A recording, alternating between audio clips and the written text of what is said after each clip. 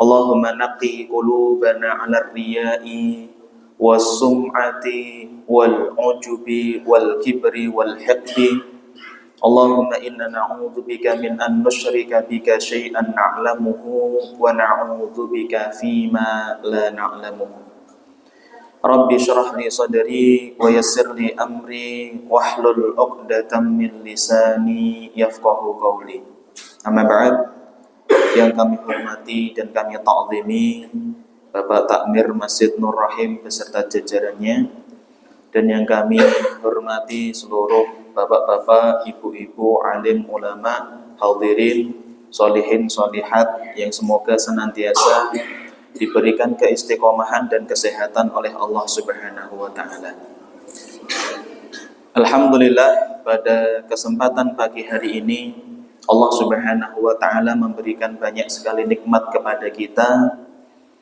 Atas dasar nikmat yang telah Allah berikan kepada kita, maka sejatinya kita ini memiliki satu kewajiban yang harus kita lakukan dan kita istiqomahkan ketika kita mengingat bahwasanya Allah Subhanahu wa Ta'ala memberikan banyak nikmat kepada kita, adalah kita senantiasa meringankan lisan untuk memuja dan memuji Allah Subhanahu wa Ta'ala, mengucapkan kalimatut tahmid alhamdulillahirabbil alamin sebagai bentuk syukur kita terhadap nikmat-nikmat yang Allah berikan kepada kita.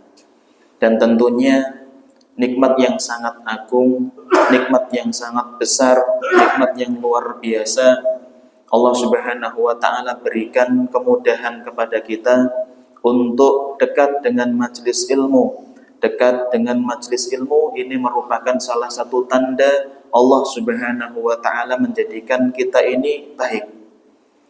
Rasulullah SAW memberikan satu informasi yang luar biasa kepada kita sebagai hambanya.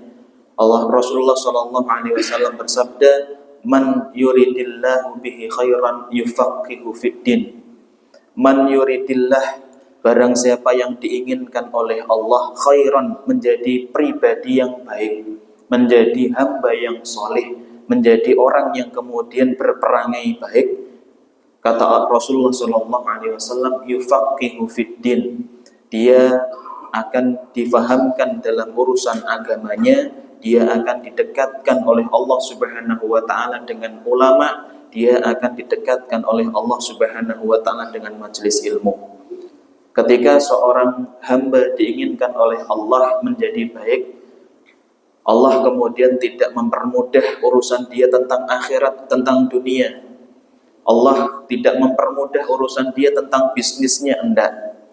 Tapi sebaliknya, ketika Allah Subhanahu wa Ta'ala menginginkan seseorang itu menjadi baik dan soleh, Allah Subhanahu wa Ta'ala ringankan langkah kakinya dan ringankan hatinya untuk hadir di setiap majelis ilmu yang ada, sehingga dia semakin memahami apa itu agama Islam, apa itu kemudian syariat Islam, apa yang harus saya lakukan dan apa yang kemudian harus saya jaga.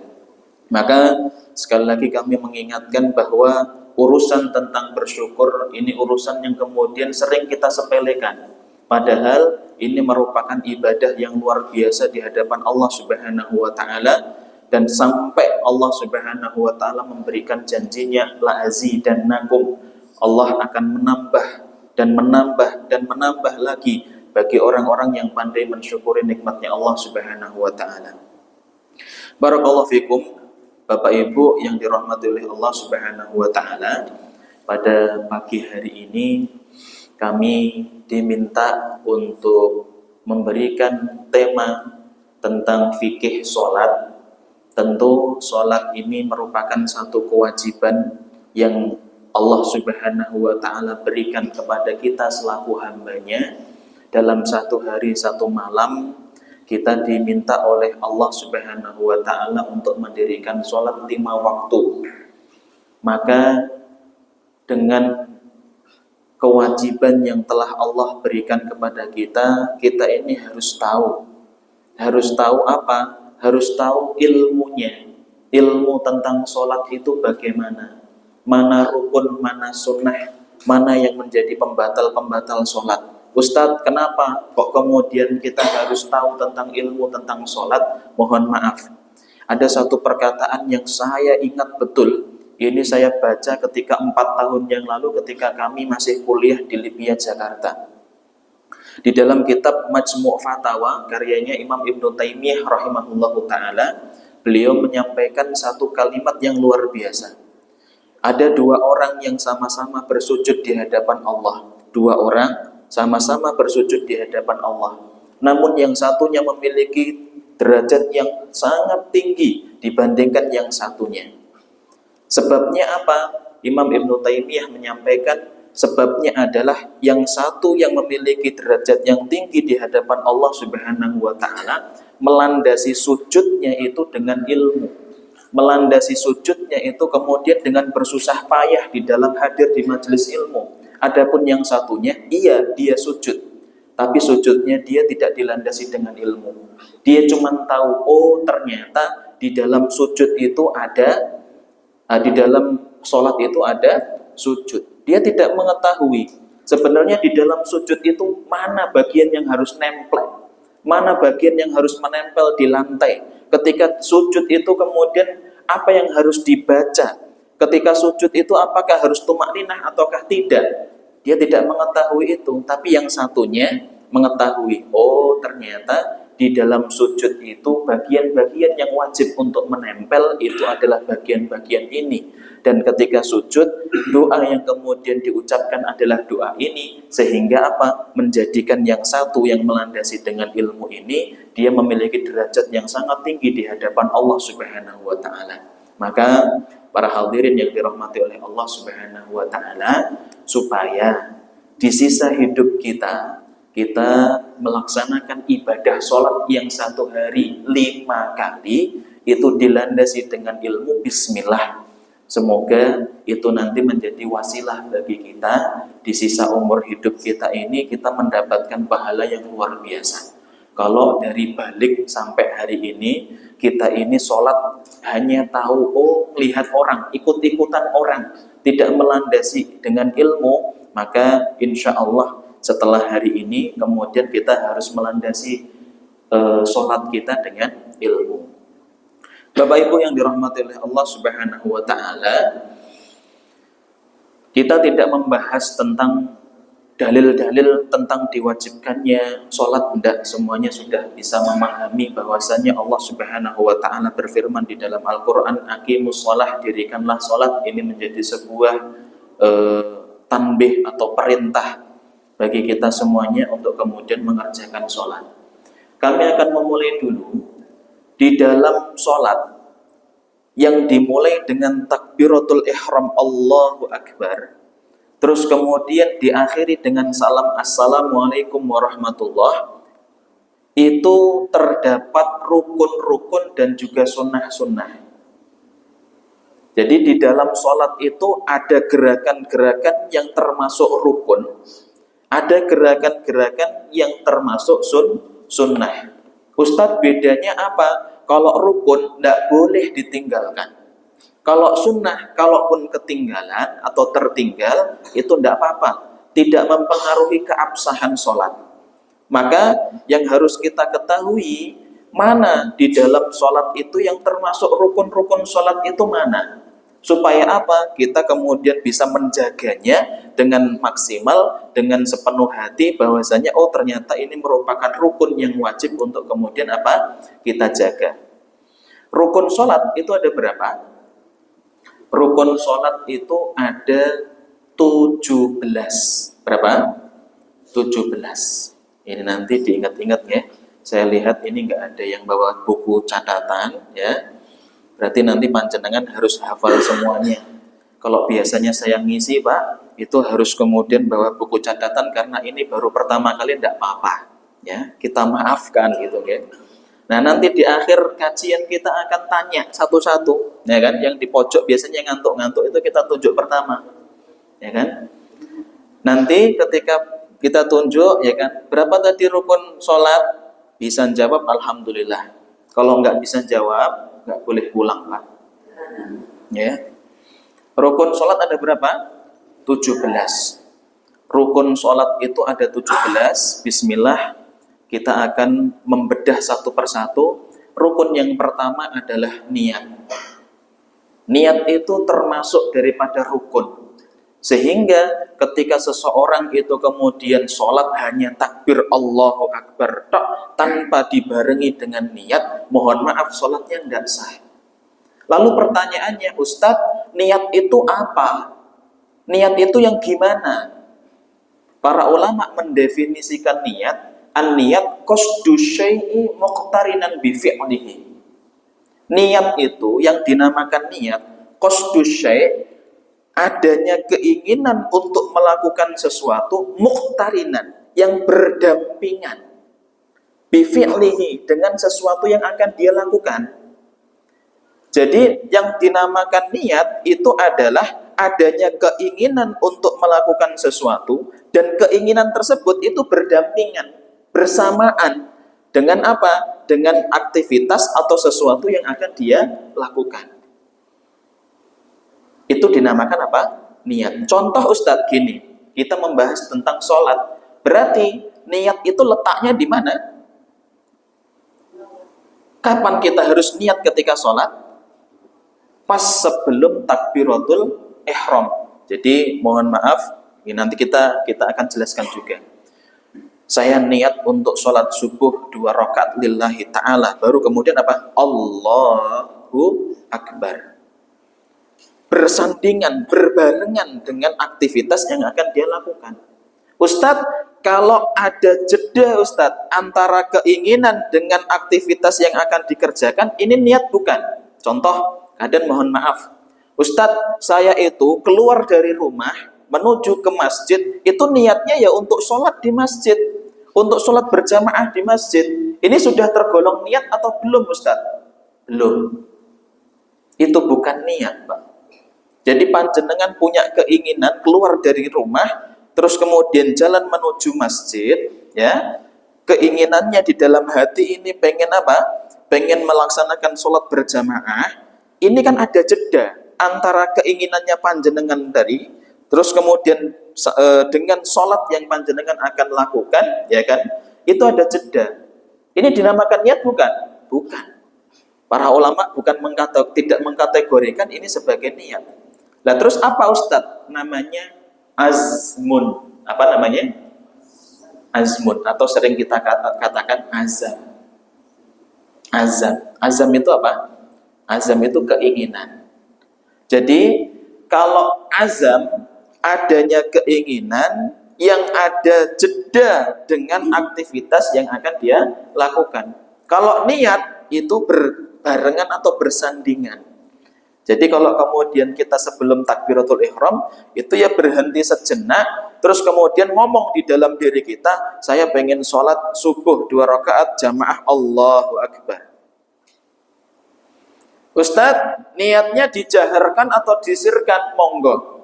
Semua ulama sepakat, ya. Semua ulama sepakat, hatta dalam madhab Syafi'i, bahwa niat itu mahalluha fil qalbi. Niat itu tempatnya di dalam hati. Lah Ustadz, kok ada teman-teman kita yang kemudian melafadzkan niat usolli gimana?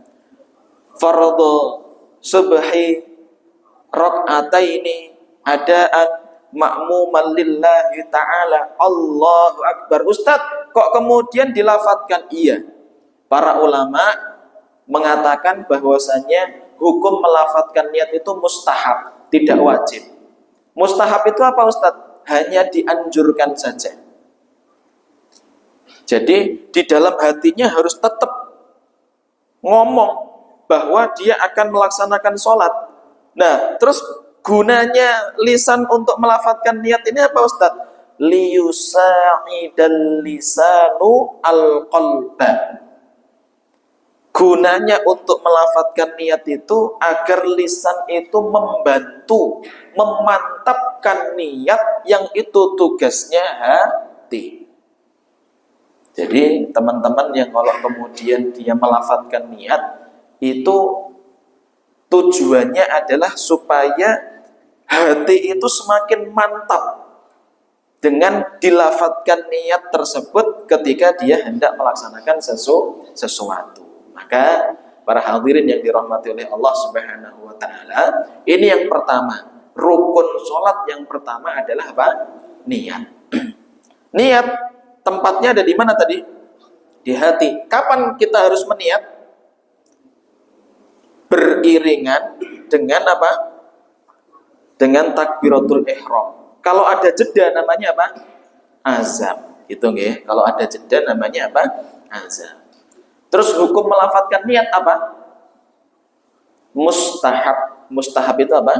Dianjurkan. Jadi hatta nanti kalau kita lebih mendalam lagi membahas tentang niat, kalau ada orang hanya melafatkan niat, hatinya ini kemana-mana, itu nggak sah, nggak sah.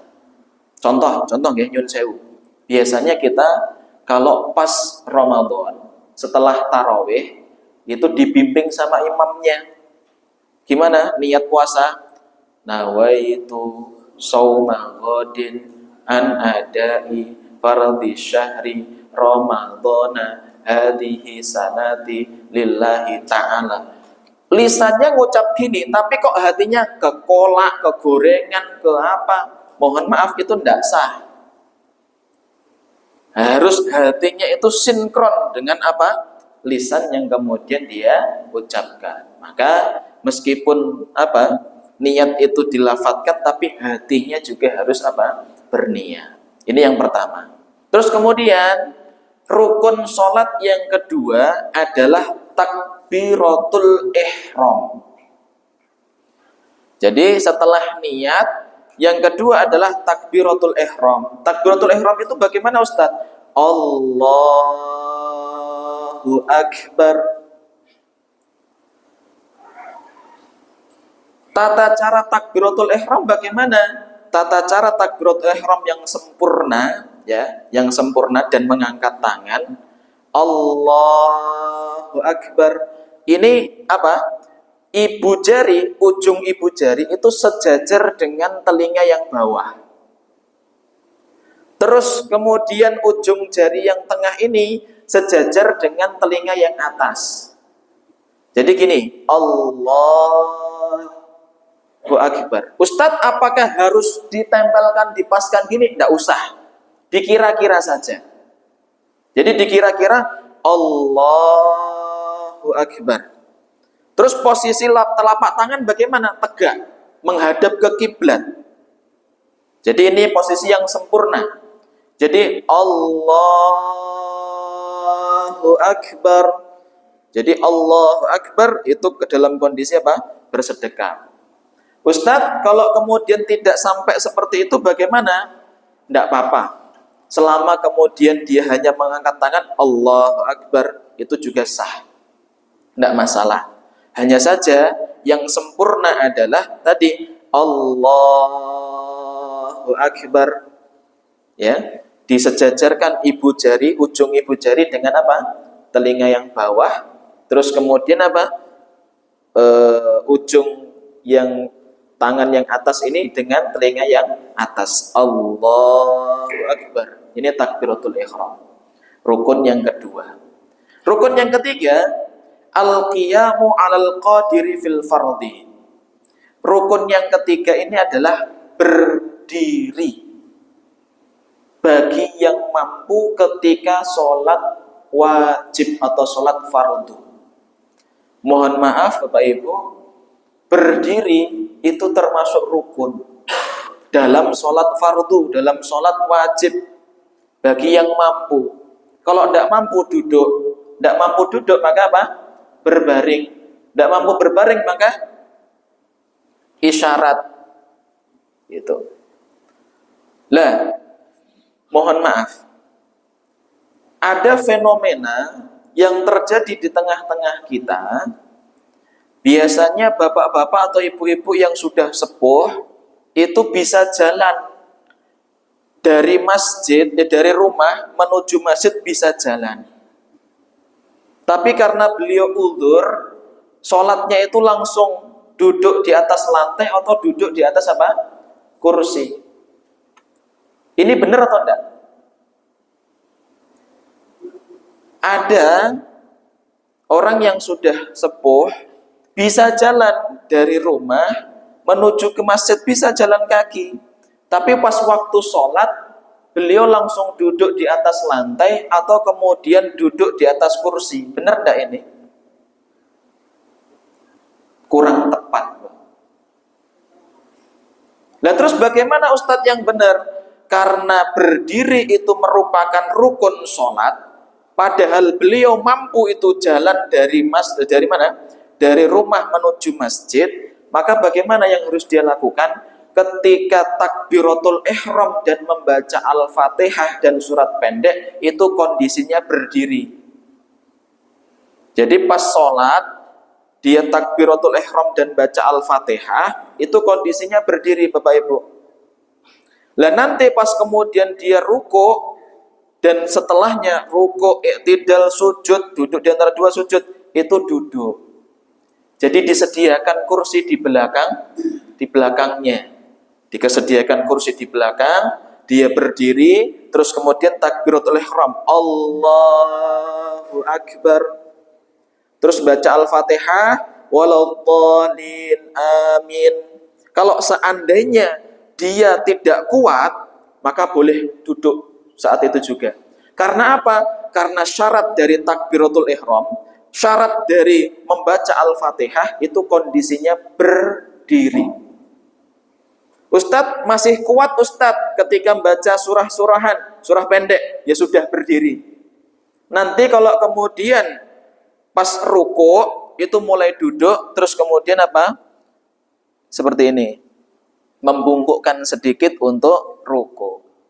Jadi gitu nggih. Kecuali kalau dari rumah itu sudah tidak bisa jalan, harus dibopong atau harus pakai kursi roda, maka nanti masuk ke masjid sholat itu dalam kondisi duduk langsung itu tidak apa-apa. Tapi kalau kemudian dari rumah bisa jalan kaki menuju ke masjid, maka yang tepat adalah ketika dia takbiratul ihram dan membaca Al-Fatihah, kondisinya apa? Berdiri. Karena berdiri merupakan apa? Rukun. Tadi rukun yang pertama apa? Niat. Yang kedua, takbiratul ihram. Yang ketiga, berdiri. Yang keempat adalah qiraatul Fatihah. Membaca surah Al-Fatihah.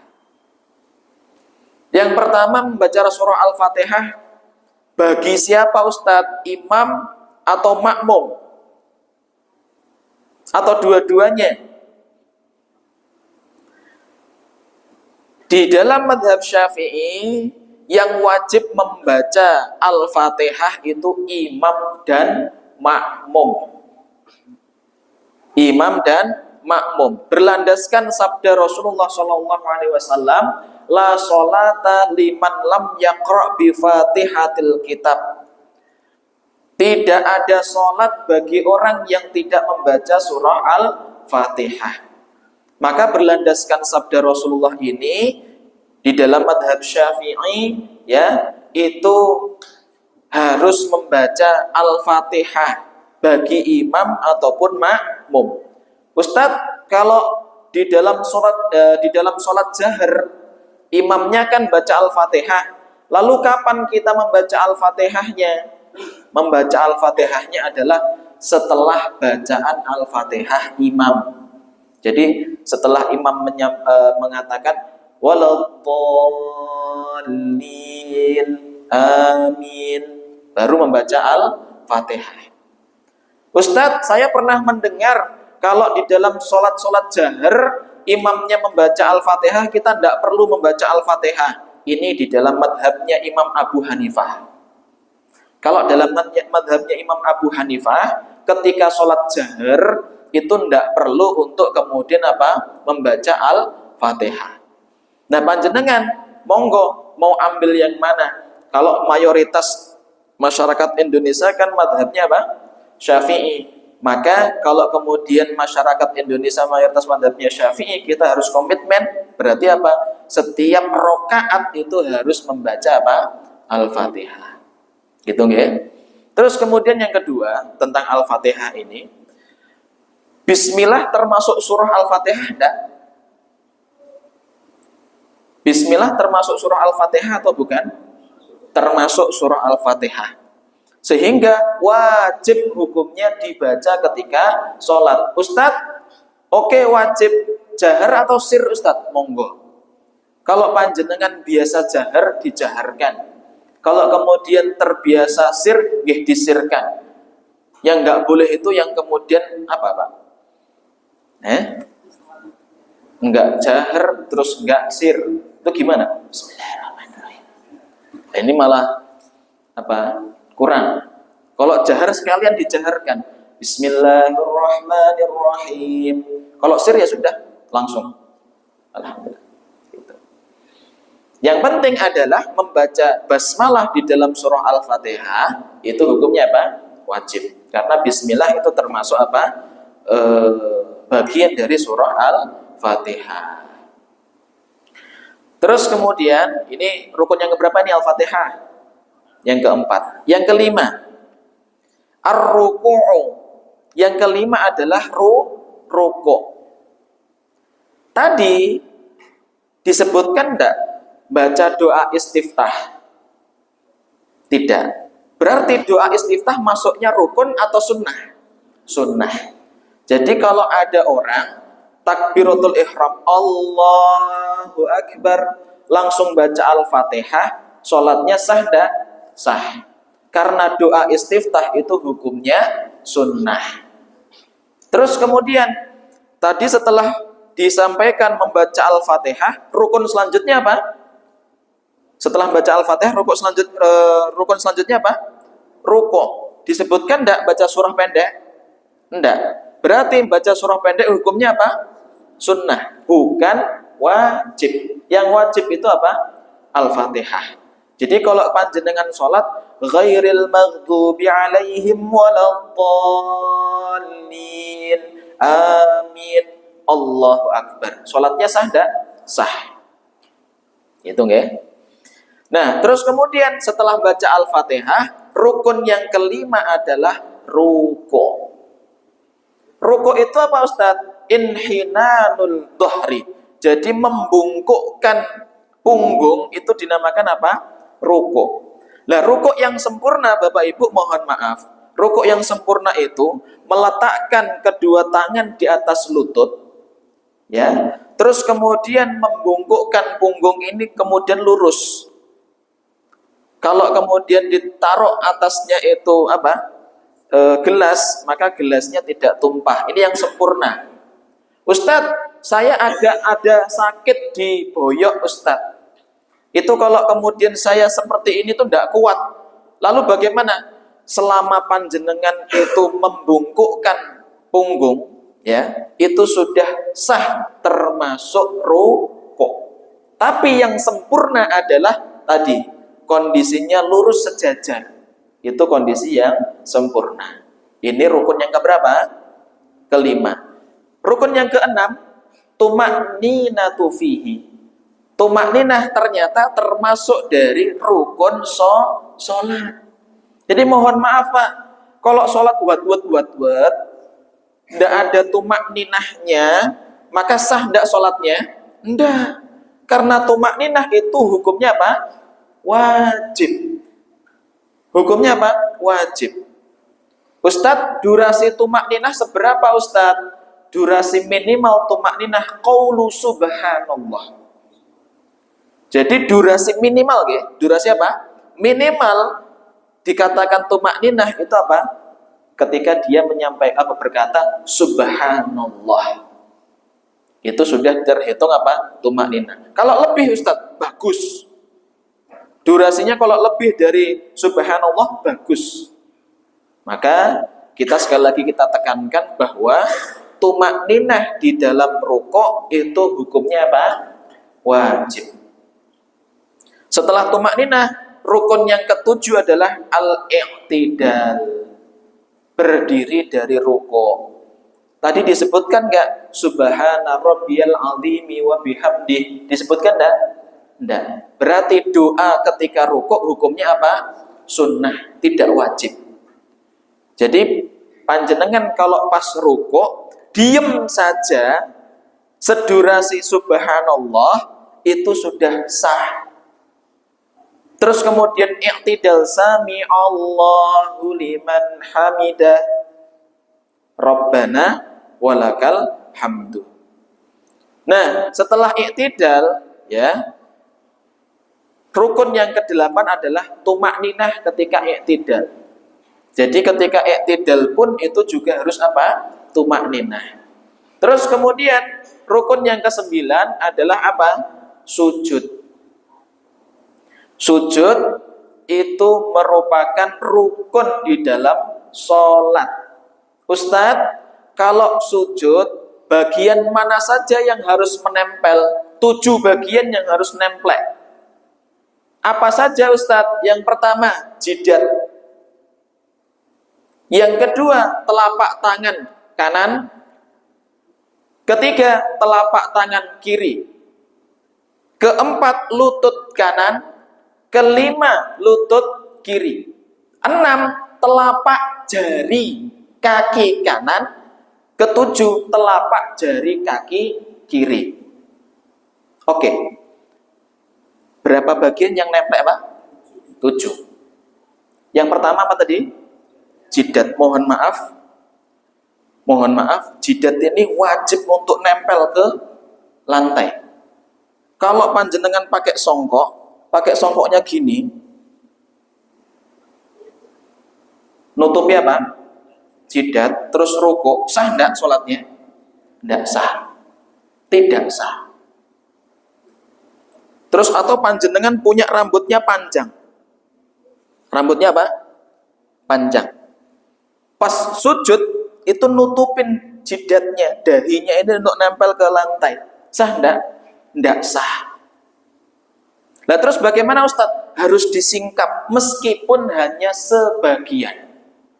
Jadi kalau panjenengan biasanya pakai songkoknya seperti ini, tidak terlalu ke atas, hanya sebagian saja yang nempel ketika sujud, itu sudah sah. Afdolnya diangkat ke atas. Supaya apa? Seluruh jidatnya ini nempel ke tempat sujud. Ini bagian yang pertama ketika apa? Sujud. Ibu-ibu juga seperti itu. Kalau pakai mukenanya sampai nutupin ini, maka nanti tidak sah. Terus kemudian telapak tangan, ya, telapak tangan ini bagi laki-laki dan perempuan itu disunahkan nempel. Maksudnya bagaimana? Tidak ada penghalang. Sunnah saja hukumnya, nggak wajib. Kalau yang jidat tadi wajib terbuka. Kalau tangan hukumnya sunnah, nempel ke lantai. Terus kemudian apa? Kedua lutut. Yang ketiga adalah telapak jari kaki kanan dan kiri. Mohon maaf. Yang dinamakan telapak itu bagaimana tak Ustadz? Yang dinamakan telapak itu yang ketika kaki kanan dan kaki kiri itu ditempelkan seperti ini dan ditekan sedikit, yang tidak nampak ini yang dinamakan telapak. Yang nampak ini bukan telapak. Sehingga kalau panjenengan sujud itu jarinya gini, itu mohon maaf tidak sah. Nah terus bagaimana Ustaz? Harus ditekuk jarinya, minimal ibu jarinya tok. Paham nggih? Gambarannya bisa kebayang nggih? Biasanya kan ada orang itu kalau sujud itu apa? Kakinya itu melayang-layang gitu loh. Jadi hanya kayak gini. Mohon maaf.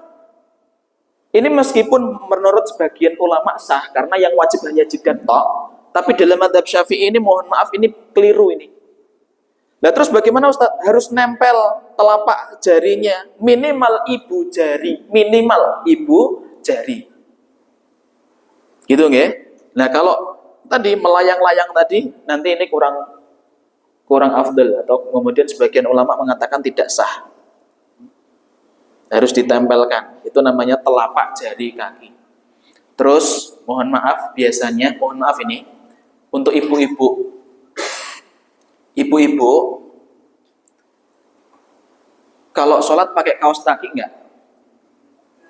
Ada yang pakai, ada yang enggak. kaki itu aurat atau enggak bagi ibu-ibu? Aurat. Kalau pas ibu-ibu sedang sujud, itu kakinya ditutup, Bu, pakai mukena. Jangan sampai terbuka meskipun itu telapak kakinya. Kenapa Ustadz? Bisa membatalkan sholat. Oke, sedikit ya, kita membahas tentang ibu-ibu dulu. Bagi ibu-ibu, ketika sholat, yang boleh terbuka itu apa saja? Yang boleh terbuka apa saja bagi ibu-ibu? Wajah dan tangan. Berarti semua selain wajah dan tangan ini harus tertutup.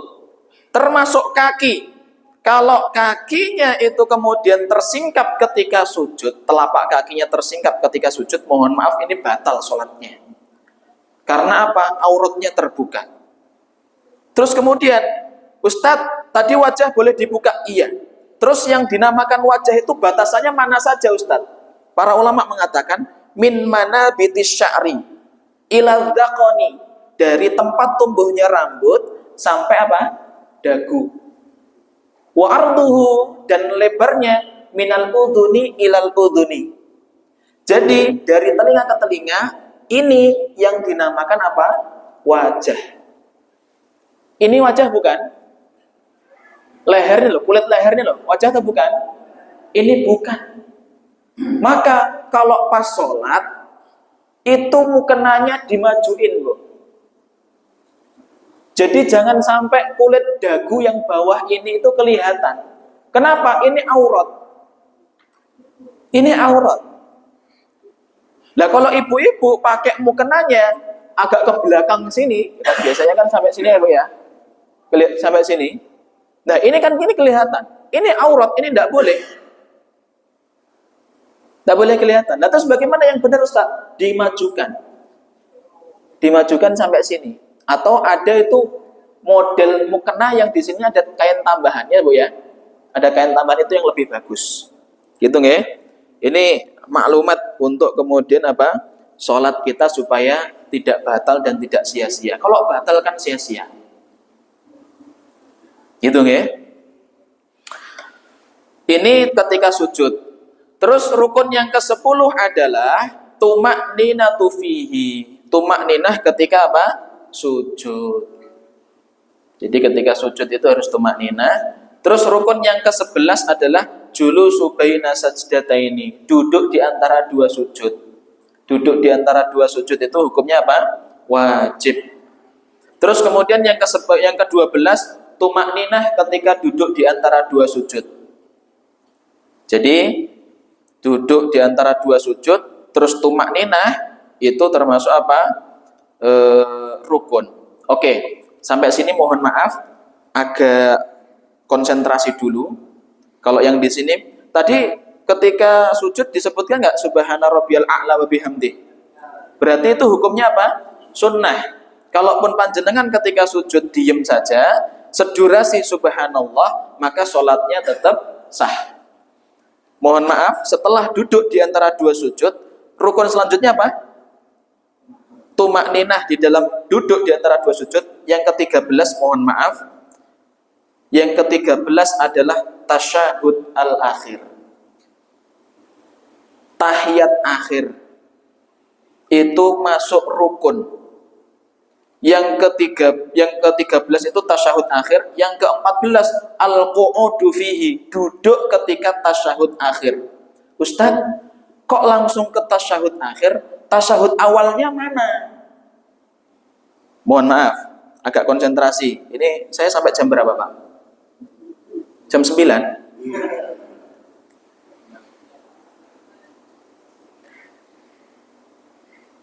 Kok langsung disebutkan duduk tasyahud akhir, Ustaz? Tasyahud awalnya mana?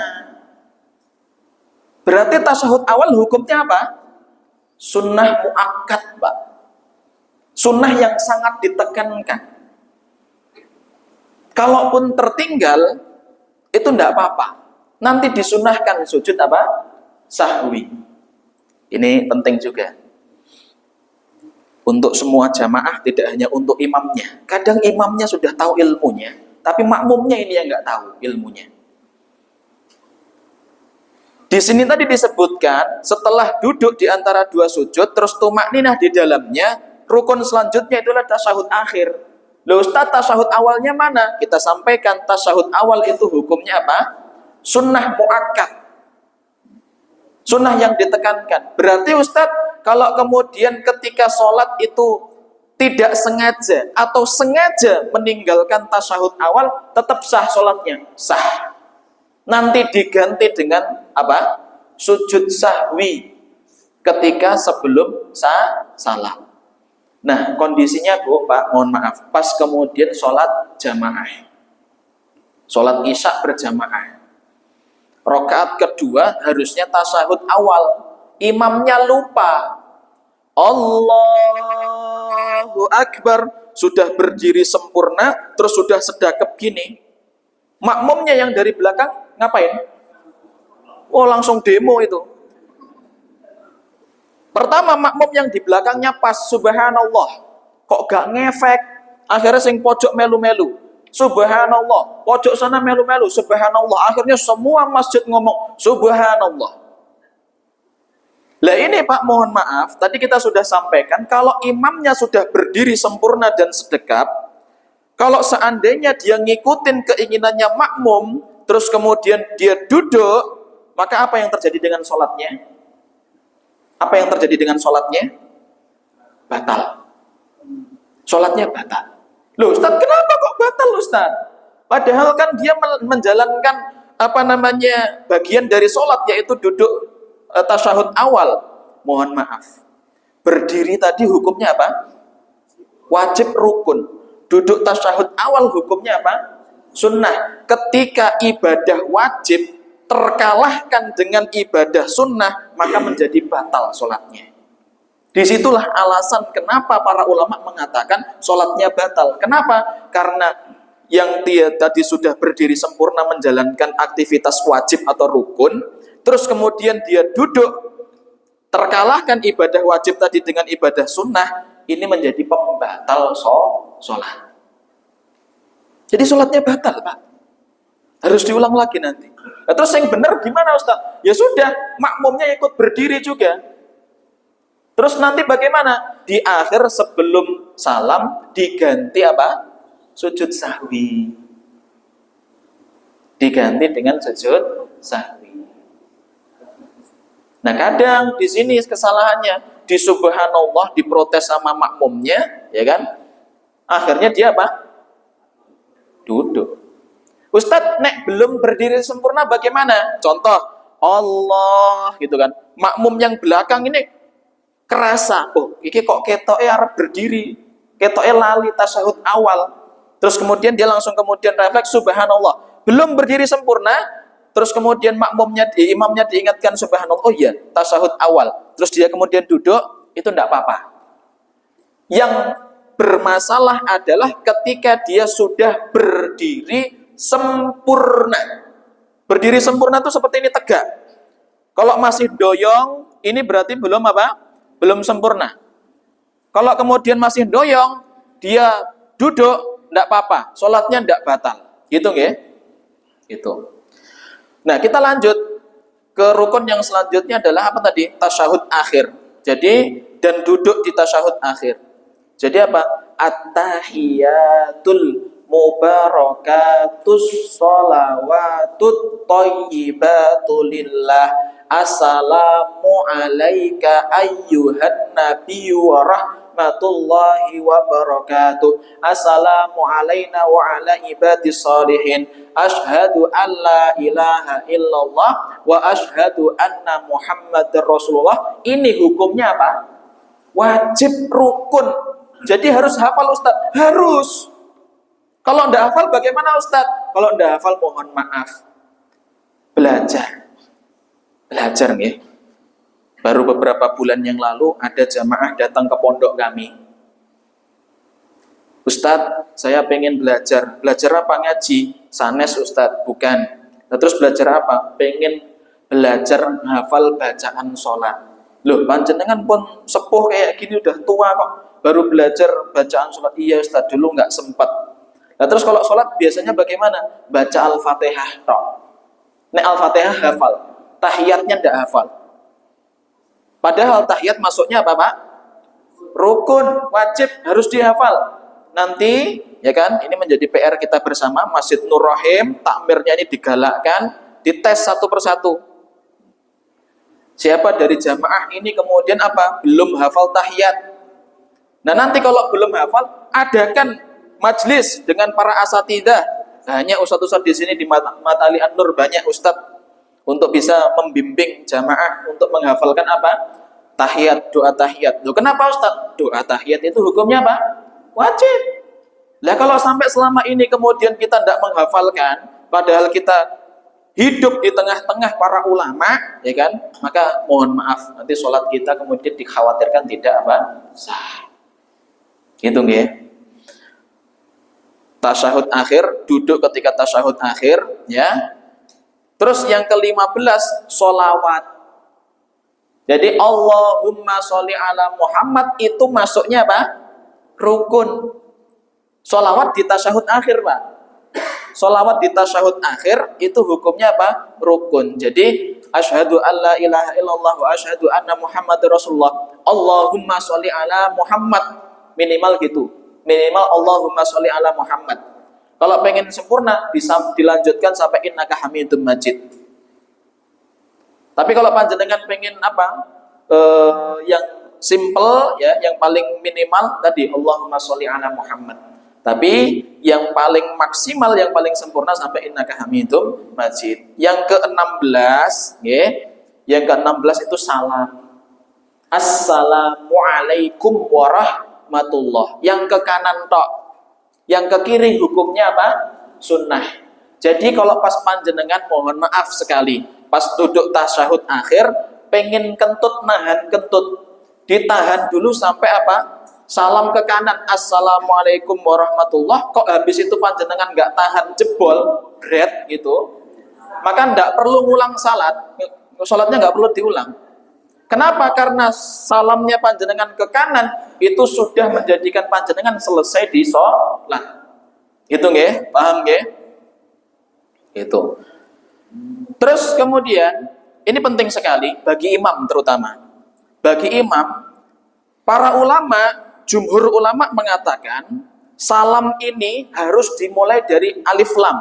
Assalamualaikum warahmatullah. Kalau assalamualaikum, assalamualaikum, tidak sah. Assalamualaikum warahmatullah, assalamualaikum warahmatullah, tidak sah, Pak. Bagi imam terutama.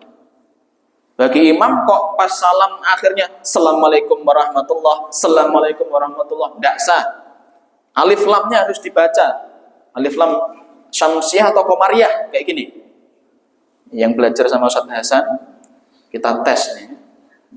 Alif lam syamsiah atau komariah. Kalau enggak dibaca berarti apa? Syamsiah enggak ketok. Kalau dibaca al-qamaru berarti apa? Qamariyah. Assalamualaikum warahmatullah. Assalamualaikum warahmatullah. Alif lamnya harus kemudian apa? Jelas. Enggak boleh gimana tadi? Assalamualaikum, assalamualaikum, enggak boleh. Yang terakhir yang ke-17 tartib. Tartib itu apa? Berurutan. Nggih. Berarti kita sudah tahu nggih 17 rukun dalam sholat. Coba disebutkan. Yang pertama tadi apa? Niat. Yang kedua takbiratul ihram. Yang ketiga berdiri ketika sholat apa? Fardu. Ustadz nek pas sholat sunnah boleh duduk toh? Boleh. Boleh duduk kalau sholat sunnah. Meskipun dia mampu berdiri. Tapi kalau sholat wajib harus apa? Berdiri. Rukun yang keempat surah Al-Fatihah. Yang kelima ruku'. Yang keenam tumakninah dalam ruku'. 7 i'tidal. Yang ke-8 tumakninah dalam i'tidal. Ke-9 sujud. Ke-10 tumakninah dalam sujud. 11 duduk di antara dua sujud. 12 tumakninah. 13 tasyahud akhir. Terus ke-14 duduk tasyahud akhir. Duduk itu masuk rukun. Duduk ketika tasyahud akhir masuk apa? Rukun. Yang ke-15 sholawat kepada Nabi. 16 salam yang kanan. Yang ke-17 Tertib. Ibu-ibu yang pojok coba diulangi. Ayo, gak hafal lah. Itu nggih, berarti itu menjadi apa? Rukun. Minimal kita tahu rukunnya, Pak. Nanti disebutkan di dalam kaidah usul fiqh, ma la yatimul wajib illa bihi fahuwal wajib. Sesuatu yang tidak menjadikan sesuatu itu sempurna, maka hukum sesuatu ini hukumnya apa?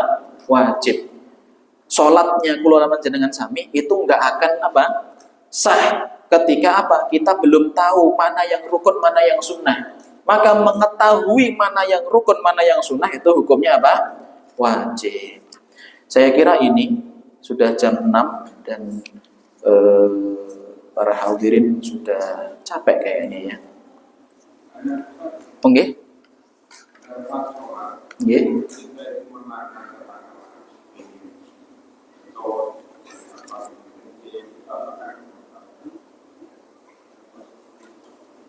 Ada pertanyaan dari bapak-bapak, apakah menahan kencing, menahan BAB, menahan kentut ini membatalkan sholat? Tidak. Tapi hukumnya apa? Makruh, dibenci. Nah terus supaya nggak makruh bagaimana? Dibatalkan. Nanti masuknya itu makruh. Jadi nahan kentut, nahan kencing, nahan BAB, ya itu hukumnya makruh. Gitu ya. Allah Ta'ala alam. Terus ada lagi? Ya.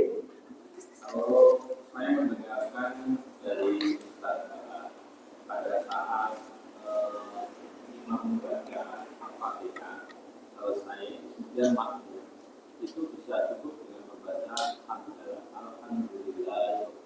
Itu gimana? Apakah membaca Alhamdulillah itu termasuk baca Al-Fatihah? Bukan. Tidak.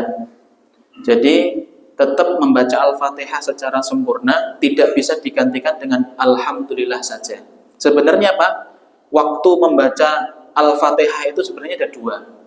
Jadi bagi makmum membaca Al-Fatihah itu sebenarnya waktunya ada dua. Yang pertama tadi setelah bacaannya imam.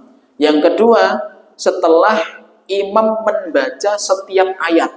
Jadi imam membaca gini, Bismillahirrahmanirrahim. Makmum ngomong Bismillahirrahmanirrahim. Alhamdulillahirabbil alamin. Alhamdulillahirabbil alamin. Ar-Rahmanirrahim. Ar-Rahmanirrahim.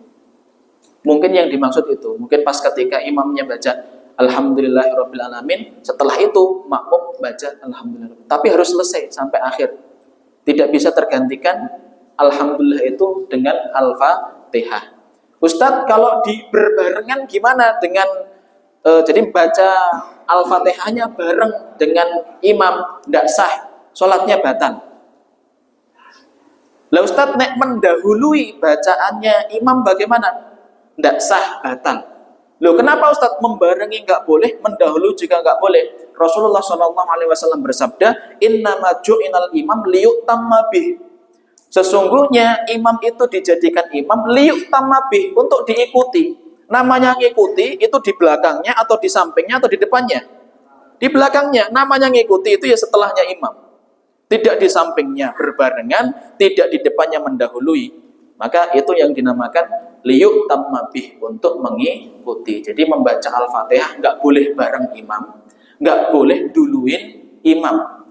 Bolehnya bagaimana? Setelah bacaan imam atau setelah bacaan setiap ayatnya imam. Wallahu ta'ala a'lam. Ya, terus. Tuntunannya kalau sujud itu tangan dulu.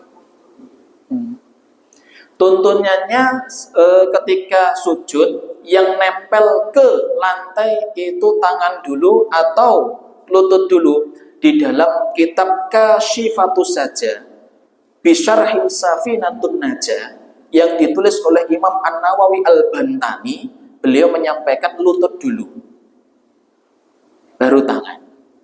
Gitu. Wallahu ta'ala. Nggih.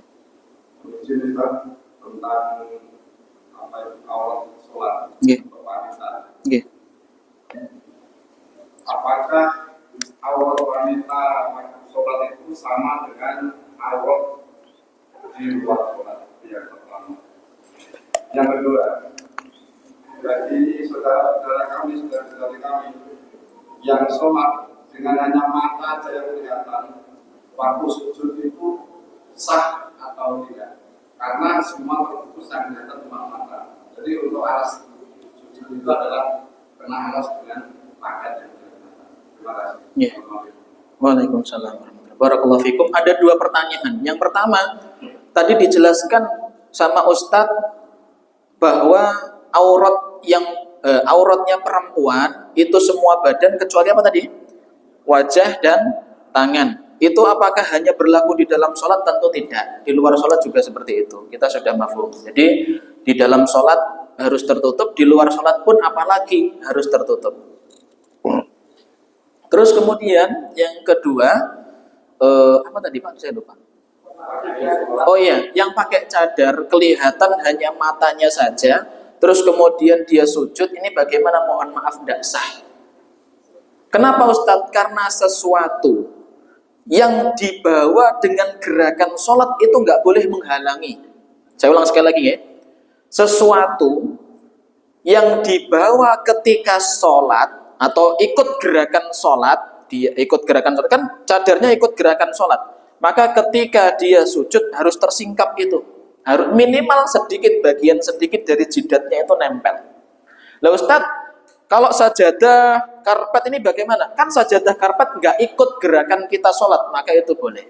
Gitu. Wallahu ta'ala a'lam. Kemudian pada saat COVID menggunakan masker, itu apakah gerakan tidak? Atau sekarang ini dianjurkan untuk tetap menggunakan masker? Ya. Para ulama sepakat yang bagian wajah yang harus nempel ketika sujud itu hanya jidat. Adapun hidung itu hanya disunahkan hukumnya, bukan wajib. Jadi kalau kemudian pakai masker nutupi apa? Hidung, maka nggak apa-apa. Kecuali kalau maskernya sampai muka gini, itu nggak boleh. Waalaikumsalam. Tadi kan disampaikan salah satu hukum adalah membaca Al-Fatihah. Nah itu bagi makmum yang masuk, baik yang atau sujud, apakah dikatakan ketinggalan satu rakaat itu ketinggalan Al-Fatihah atau sempat yang tidak mendengar tidak ketinggalan hukum imam, tidak mendengar. Ya, pertanyaan yang sangat bagus sekali. Pas ketika sholat jamaah, imamnya kondisinya ruku.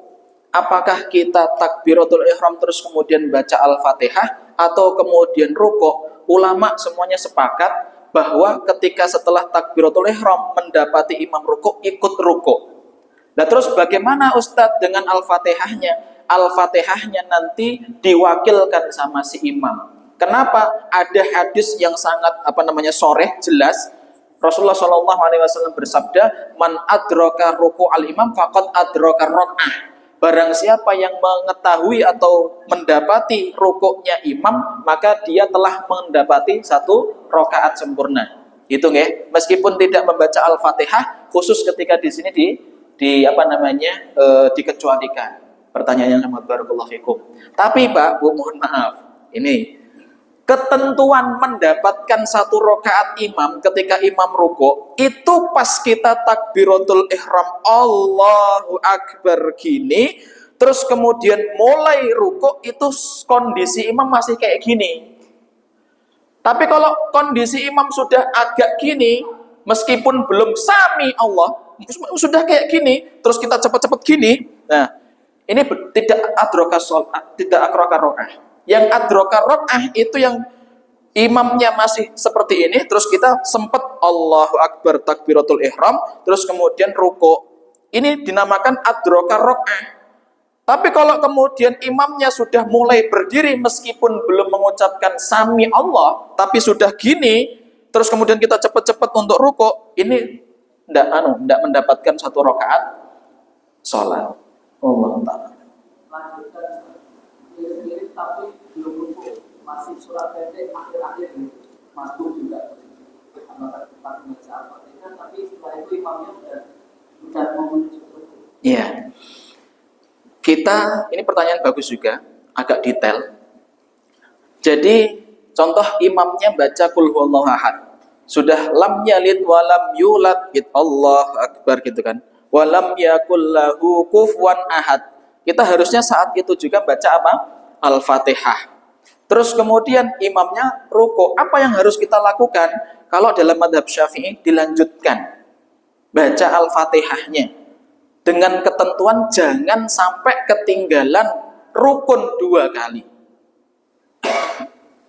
Paham ya? Maksudnya gini, kita Allahu Akbar melanjutkan Al-Fatihah, padahal imamnya apa? Sudah ruku. Ini rukun 1. Terus kemudian i'tidal, sudah rukun apa? 2. Kok dia mulai mau sujud, makmum ini tadi masih baca Al-Fatihah, maka batal sholatnya. Nggak boleh. Tapi kalau kemudian pas makmumnya baca Al-Fatihah, kondisinya imamnya masih sujud, diselesaikan, terus kemudian ikut sujud, maka ini nggak apa-apa. Nggak apa-apa. Rukuk maksudnya, mohon maaf, rukuk bukan sujud. Allah Ta'ala. Untuk sujud terkadang di kita kebanyakan berlebih dengan nempel, termasuk ini, siku ini, itu bagaimana? Siku dan badan juga sudah nempel dan juga. Ya. Dekemi, ya. Bagi laki-laki, sujud yang sempurna adalah tangannya itu sejajar dengan bahu. Terus kemudian sikunya ini menjauhi bagian samping badan. Jadi dibuka gini. Kalau perempuan sebaliknya, kalau perempuan yang baik adalah seperti ini.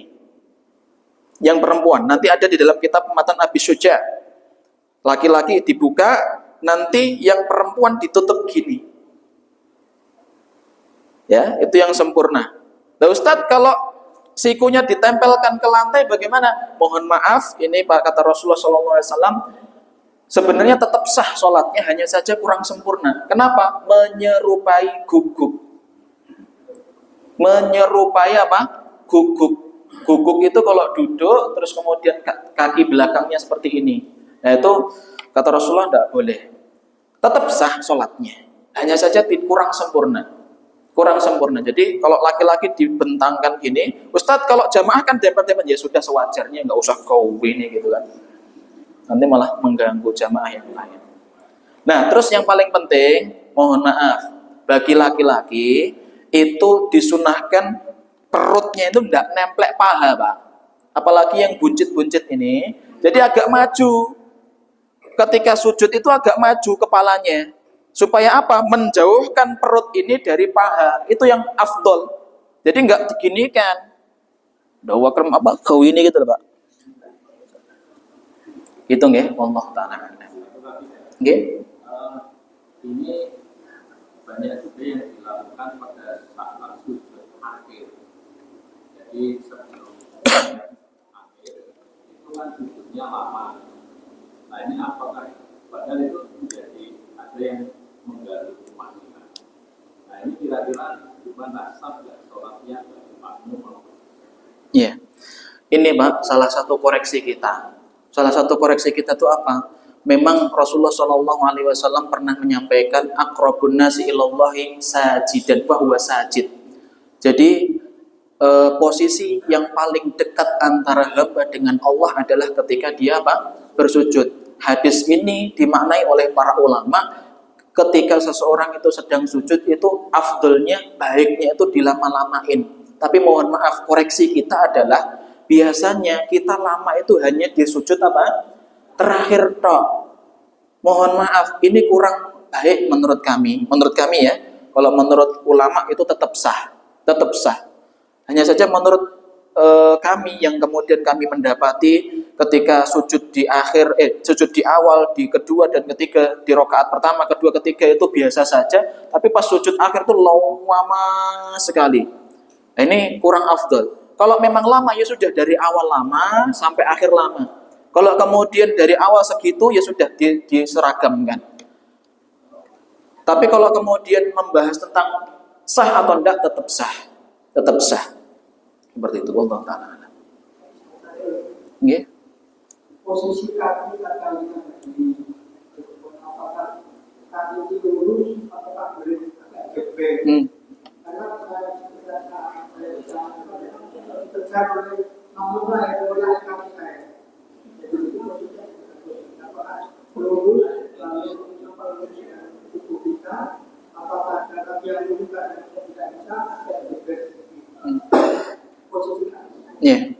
Posisi kaki yang paling sempurna adalah sejajar dengan tubuh kita, nggak terlalu lebar, nggak terlalu sempit. Jadi nggak usah mekangkang panjang sampai split gitu ya. Atau kemudian terlalu kecil, nggak, hanya sejajar dengan tubuh. Terus posisi telapak kaki bagaimana Ustadz? Yang paling afdol itu lurus, nggak gini, nggak gini, lurus gini. Ternyata ini Pak, mohon maaf, saya kemarin ketemu terapianmu. Ada yang kenal terapis Yanmu, Ustaz Sofyan? Itu kan kakak kelas kami di Darussahadah. Beliau cerita, ternyata orang itu bisa sehat dengan sholat. Asalkan gerakan sholatnya benar. Salah satu koreksi dari beliau adalah apa? Ketika telapak kaki ini lurus Pak, saraf-saraf yang ada di atas kaki dan sampai ke atasnya itu nanti akan baik.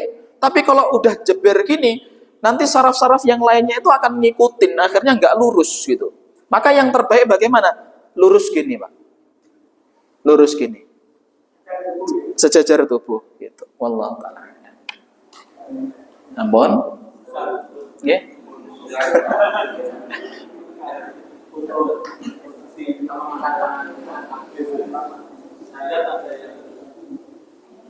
Setiap rakaat ada yang sedekah pertama adalah Iya. itu yang paling. Iya. Mengangkat tangan itu hukumnya sunnah. Mengangkat tangan itu hukumnya apa? Sunnah, bukan wajib. Jadi mengangkat tangan ketika takbiratul ihram Allahu Akbar ini sunnah. Nah, terus di mana saja Ustadz disunahkan untuk mengangkat tangan? Di 4 tempat. Kapan saja? Ketika takbiratul ihram Allahu Akbar disunahkan mengangkat tangan. Yang kedua ketika rukuk Allahu Akbar. Terus yang ketiga ketika i'tidal Sami Allahu liman hamidah. Terus yang keempat di mana Ustaz? Ketika berdiri setelah tasyahud awal. Ketika berdiri setelah apa? Tasyahud awal.